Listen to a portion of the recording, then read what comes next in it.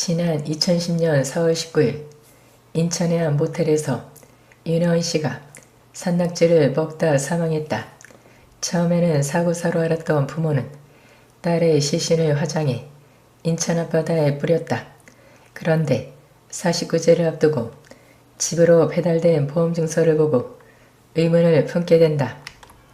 혜원 씨가 죽은 후 2억 원의 보험금이 나왔고 수령자는 다름 아닌 남자친구인 김두칠이었기 때문이다.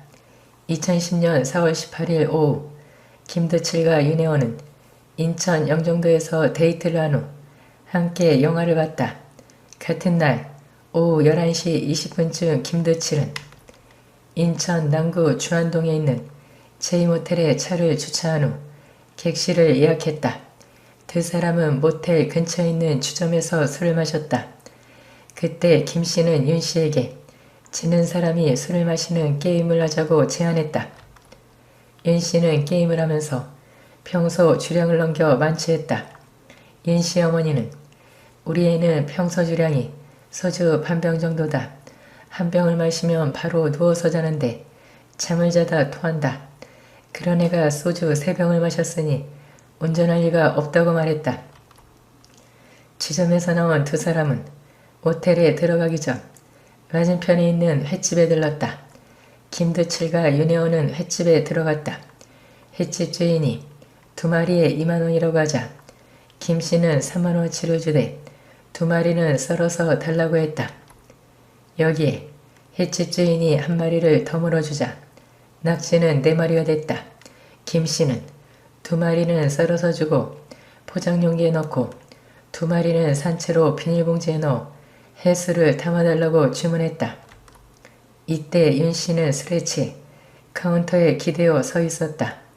그런데 여기서 의문이 생긴다. 김두칠은 왜 술안주로 산낙지를 사면서 세발 낙지가 아닌 연포탕이나 해물탕에 들어가는 통낙지를 샀을까? 그것도 4마리 중 2마리는 자르지도 않았다. 멀쩡한 성인도 통낙지는 잘라서 먹기에 부담스러운 크기다. 2010년 7월 29일 윤씨 가족은 횟집을 찾아가 김두칠에게 판 것과 같은 통낙지의 크기를 재보았다. 2홉 소주병을 놓고 낙지를 쭉 펴보니 소주병보다 2배 반 정도가 컸다. 자로 재보니 약 45cm 정도였다. 이에 대해 피해자가 자르지 않은 산낙지를 먹다가 질식사했다는 상황을 만들기에 자르지 않은 낙지를 주문했다고 봤다. 횟집에서 산낙지를 산 김두칠은 인근에 있는 편의점에서 소주 한 병과 맥주 한 병을 구입했다. 두 사람은 제2모텔 702호실로 들어간 후 술을 마셨다. 이때가 19일 오전 3시쯤이다. 4시 20분쯤 윤씨 오빠 웹각이 정지되자 김두칠은 객실 내 전화로 프런트에 있던 종업원 장아무개 씨에게 여자친구가 낙지를 먹다가 숨을 쉬지 않는다며 119에 신고해 줄 것을 요청했다. 종업원 장 씨는 4시 24분쯤 119에 신고했대. 이때 김 씨가 프런트에 내려왔고 두 사람은 함께 객실로 올라갔다. 여기서 김두칠의 행동이 이상하다. 윤 씨가 숨을 못 쉬고 기절해 있는 급박한 상황인데도 휴대전화를 이용해 119에 구조 요청을 하지 않았다. 김 씨는 프런트에 전화해 119에 신고해 달라고 했고 또 7층에서 1층 프런트까지 오르락 내리락 했다. 이로 인해 1초가 다급한 순간에 14분이나 지체했고 윤 씨를 살릴 수 있는 기회를 놓쳤다. 그리고 모텔 종업원이 근처에 사랑병원이 있으니 그곳으로 피해자를 옮기자고 한 후에야 윤 씨를 업고 나왔으며 모텔과 병원 중간에서 119 대원들을 만났다.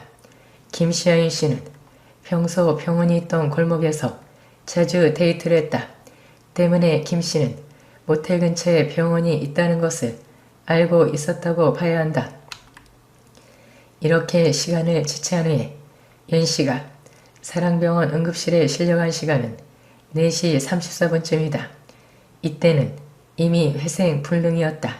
주치의는 윤씨의 뇌가 반 이상이 이미 쓸 수 없는 상태였고 질식시간이 15분 정도는 지난 것 같다는 소견을 냈다. 윤씨가 살 수 있는 확률도 2%밖에 되지 않는다고 했다. 윤씨 아버지는 사랑병원에 갔을 때는 뇌자태가 손상돼서 뇌 전문 변동이 있는 곳으로 옮겨야 한다고 했다. 그래서 가천 길병원으로 옮긴 것이다라고 말했다. 윤씨는 결국 사고가 난 지 15일 만인 5월 5일 오후 9시쯤 무산소성 뇌병증 등으로 사망했다. 혜원씨 가족은 수사를 요청했고 경찰은 유력한 용의자로 김두칠을 살인 혐의로 체포했다. 검찰도 같은 의견으로 기소했다. 검찰은 재판에서 인간이 보여줄 수 있는 가장 참혹한 범죄라며 사형을 구형했다. 재판부는 살인죄를 인정해 무기징역을 선고했다. 김두칠은 윤혜원이 사망한 후인 2010년 5월 13일 보험금을 청구해 7월 23일 자신명의의 신한은행 계좌로 2억 51만원을 송금받았다. 보험금을 받기 전에 김씨는 또 다른 연인인 김윤성과 김명순 등으로부터 수차례에 걸쳐 채무 변제를 독촉받았고 상당히 궁핍했다. 김두칠은 또 채무 독촉을 받자 돈이 나올 곳이 있다고 말하기도 했다. 보험금을 수령한 후 김씨는 채무를 변제하고 전세금을 지급하는 한편 연인관계이던 김윤성과 김명순에게 별다른 이유 없이 돈을 주거나 친연에게 승용차를 사주기도 했다. 김두칠이 상당히 짧은 시간 내에 대부분의 보험금을 소비했다고 밝혔다. 김씨는 또 보험금을 탄 후 약혼녀라는 김명순 그리고 그 가족들과 괌으로 여행을 다녀오기도 했다. 약 5개월 후에는 승용차도 SM5로 바꿨다. 김두칠과 윤혜원은 10살 차이다. 윤혜원은 김두칠을 사랑했지만 그 행동은 의선적이었다. 피해자 윤혜원과 사귀면서도 동시에 2명의 여자와 만난 것도 그렇다. 김두칠은 사고가 있던 날 윤혜원이 중환자실에 입원하자 의료진에게 눈물을 흘리면서 혜원이를 꼭 살려줘야 한다고 호소했다. 그런데 그게 진심이었을까? 김두칠은 애인 윤씨가 병원에 입원해 회복되지 못한 채 사경을 헤매고 있는 동안에 또 다른 애인 김연순과 만나면서 그 가족들과 함께 삼성산으로 등산을 갔다. 보험금을 수령한 후에는 애인 윤씨 가족과 연락을 끊었고 김명순 등과 해외여행을 다녀왔다. 윤씨 가족들 앞에서 보여준 모습과는 정반대 행동을 보인 것이다. 김두칠은 누구일까? 김씨의 이력을 추적해보니 정가가 화려했다. 그는 특수강도 등의 혐의로 경찰서를 들락거렸는데 정가만 구범이다. 21살 때인 2000년도에 절도, 강도상해 특수강도 등을 저질렀고 같은 해 7월 9일 서울고등법원에서 징역 3년 6월을 선고받았다. 납치살인 사건이 일어나기 약 2년 전인 2008년 10월 1일에는 수원지방법원에서 강도예비, 사기죄로 징역 6월을 선고받고 같은 해 10월 20일까지 수원구치소에서 복역했다. 김씨는 2010년 1월부터 신용불량자로 신용정보사에 등재됐다. 그 후 일정한 직업이나 소득 없이 가끔 유리창을 닦는 일을 하면서 지냈다. 김씨는 윤혜원과 사귀면서 2명의 여성을 동시에 만났다. 그의 첫 번째 애인은 2008년 3월에 만난 김윤선 씨다. 김두칠은 애인 김씨에게 차용 형식으로 돈을 빌렸었다.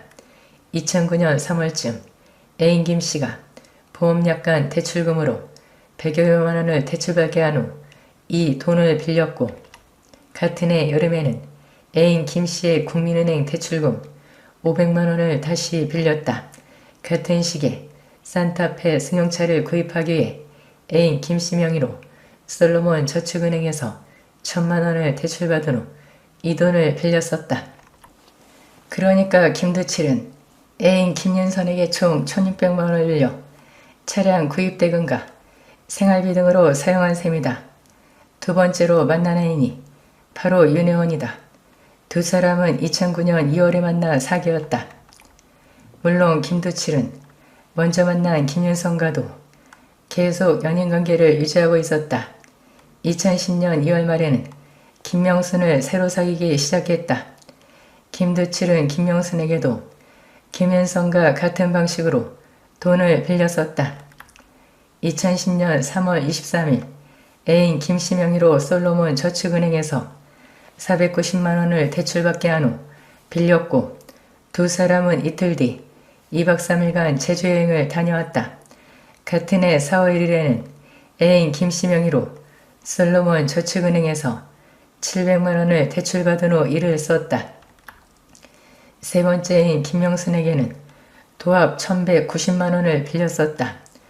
또 당구장 주인인 정아무개 씨에게서 500만원을 빌리는 등 일정한 직업 없이 생활하면서 애인과 주위 사람들에게 돈을 빌려 생활해온 것으로 드러났다.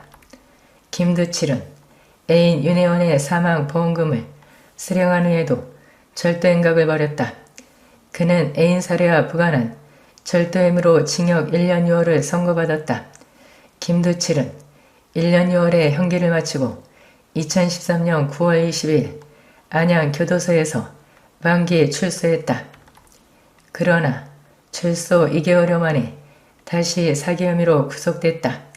김 씨는 또 다른 여자친구로부터 사업 투자금 명목 등으로 12차례에 걸쳐 총 1억 5,700여만 원을 받아 가로챈 혐의로 기소됐고 징역 3년형을 선고받았다.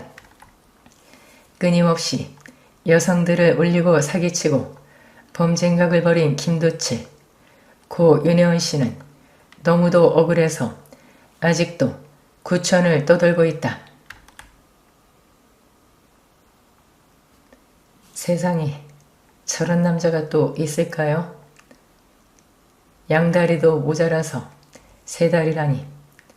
그리고 저렇게 잔인하게 죽일 수가 있을까요?